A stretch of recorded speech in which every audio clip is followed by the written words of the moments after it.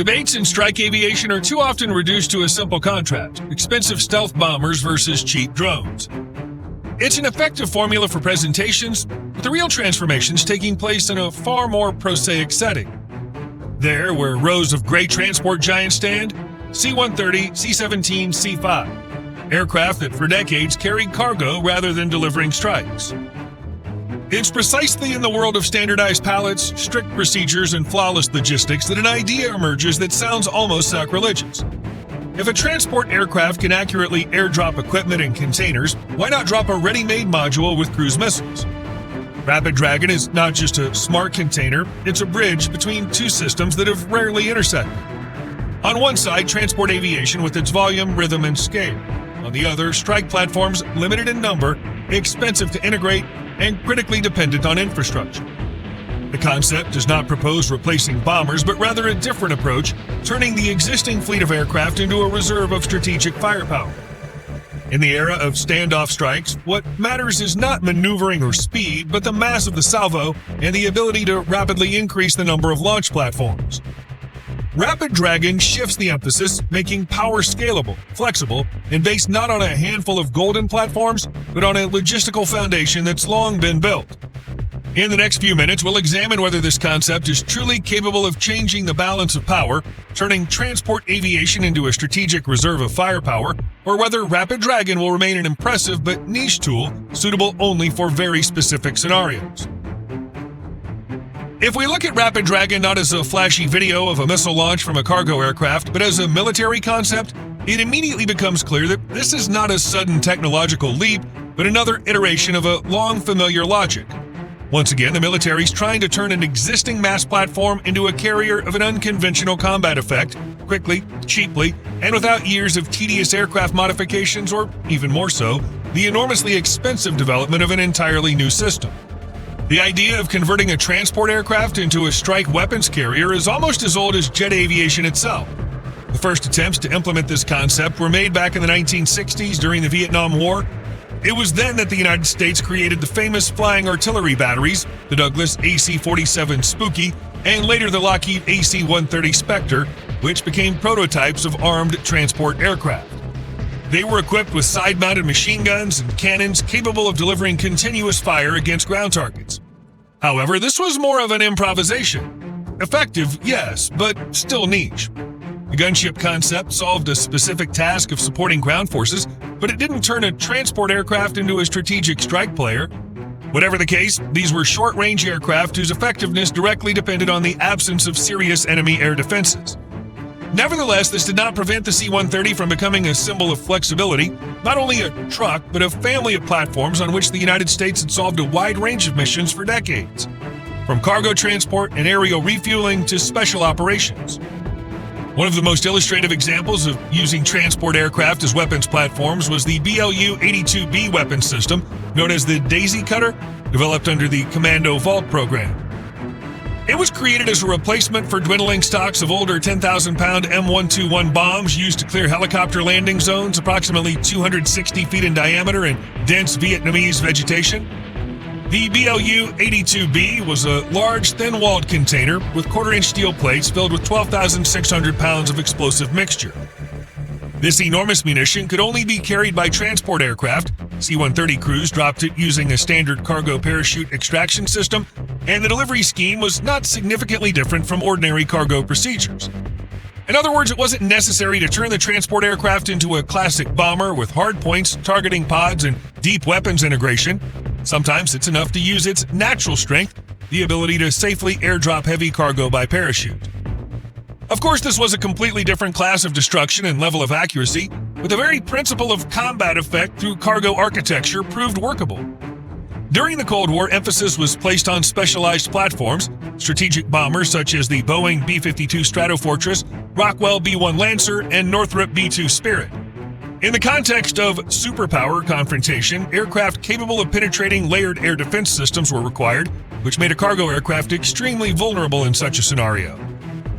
However, after the end of the Cold War, interest in heavy bombers partially declined, and military campaigns of the 1990s and 2000s, from Yugoslavia to Iraq and Afghanistan, were conducted under conditions of almost complete air superiority.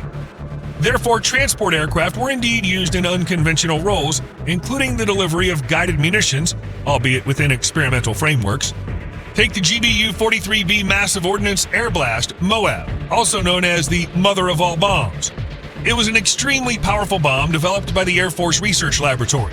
It also secured the title of the largest satellite-guided air-delivered weapon in history and the most powerful non-nuclear weapon in the U.S. arsenal at the time of its development. MOAB was an improved replacement for the BLU-82 and operated on a similar principle, with an even more impressive explosive weight of 18,700 pounds compared to 12,600 pounds in its predecessor. The bombs were designed for launch from the C-130 and mounted on a specially designed cradle. After extraction from the aircraft with a braking parachute, the cradle separated and the bomb guided itself toward the target using the KMU-593B GPS-INS system, stabilized by fixed wings and grid fins. Of course, BLU-82B and GBU-43B cannot be called direct predecessors of Rapid Dragon. They were single, ultra-heavy munitions for specific tasks, not a multi-missile long-range strike module, but they clearly demonstrated the practicality of turning the cargo bay into a temporary weapons delivery channel without turning the C-130 into a B-52 bomber. The closest precedent in spirit to Rapid Dragon was the addition of the Marine Corps ISR Weapon Mission Kit to KC-130J Super Hercules tanker aircraft.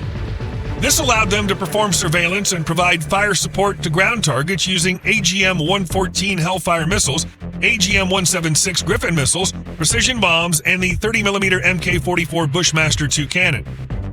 The AN/AAQ-30 TSS targeting system, mounted under the external fuel tank on the left wing, included infrared and television cameras. A typical configuration consisted of 4 Hellfire missiles and 10 GPS-guided Griffin missiles. This feature was called Harvest Hawk Hercules Airborne Weapons Kit and was primarily intended for operations where pinpoint precision was not mandatory, for example, area denial missions. It allowed the aircraft to be equipped with an impressive range of capabilities while retaining its core refueling and transport functions. The system could be removed in less than a day. A similar pattern was seen with the MC-130W Dragon Spear, which was later converted into the AC-130 Stinger II. The U.S. Air Force was particularly proud of the timeline from first prototype flight to deployment, less than 18 months. These were not palletized long-range strikes like Rapid Dragon, but they reflected the same culture of rapid combat conversion in response to urgent mission needs. Thus, Rapid Dragon did not emerge out of nowhere. Moreover, today it stands at the intersection of several trends. First, the growing role of long-range strike weapons where the cruise missile performs the main task and the carrier no longer needs to penetrate to low altitude with externally mounted weapons like fighters or bombers. Second, the shortage of specialized carriers. Even the U.S. Air Force cannot endlessly expand its bomber fleet. Meanwhile, transport C-130 and C-17 aircraft already exist in significant numbers, are familiar in operation, and integrated into logistics networks. It's precisely on them that Rapid Dragon places its emphasis. Third, preparation for conflicts where distribution of forces and complicating the enemy's targeting process are crucial. With systems like Rapid Dragon, the United States can saturate the battle space with multiple kinetic and non-kinetic effects, significantly complicating enemy targeting and opening opportunities for other forces.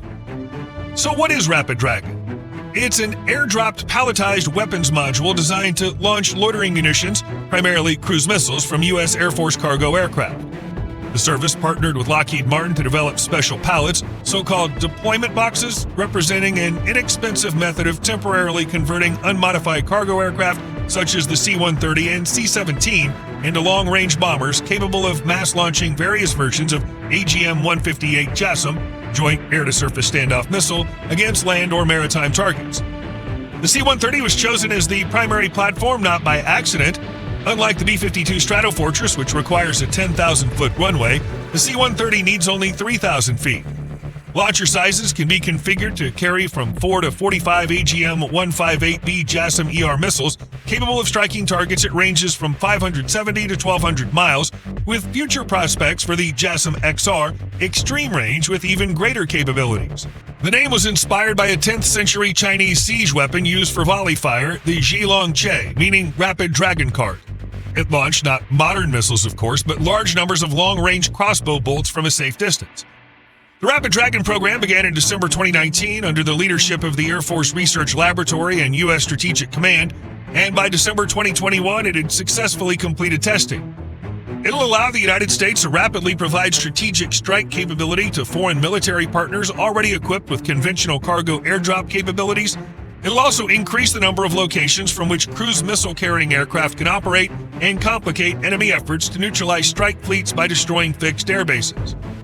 The operational logic is simple. A deployment box is loaded onto a standard cargo pallet, dropped like ordinary cargo, stabilized by parachute, and then sequentially releases its payload.